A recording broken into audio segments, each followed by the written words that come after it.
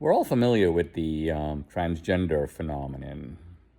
A man or woman who declares that they want to become the other sex, or they more accurately have always been the other sex, but trapped in the wrong body, you might say. And so they undergo all kinds of treatments in order to make this transition.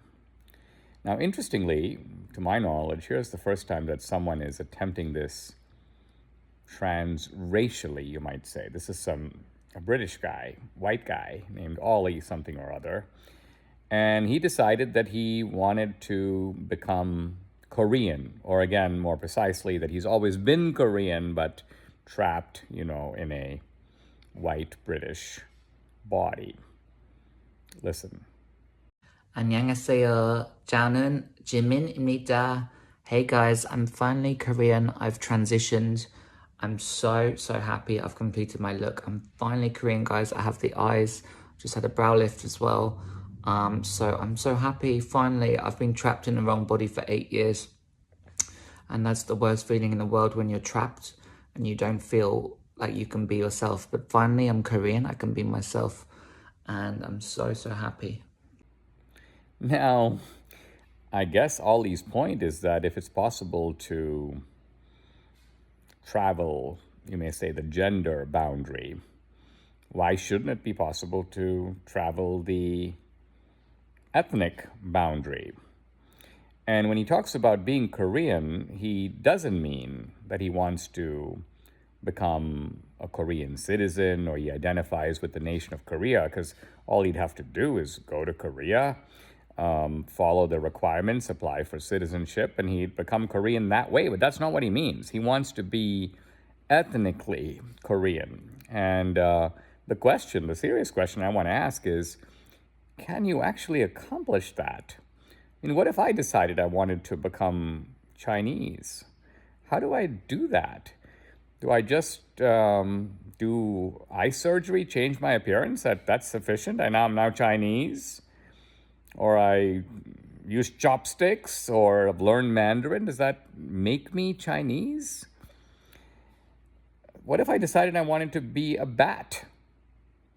That I've always been a bat. I'm a bat trapped in a human body. So I undergo some surgery.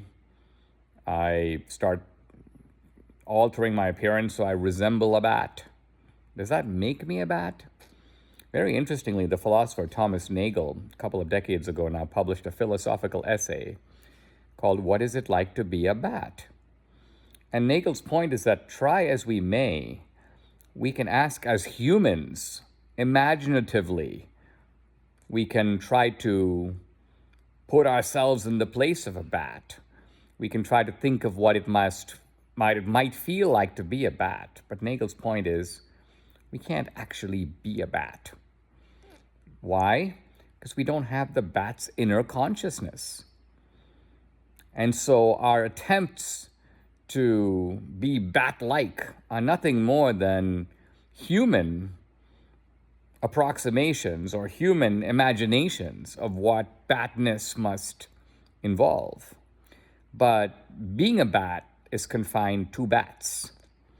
And try as we may, we can't be bats because we aren't bats.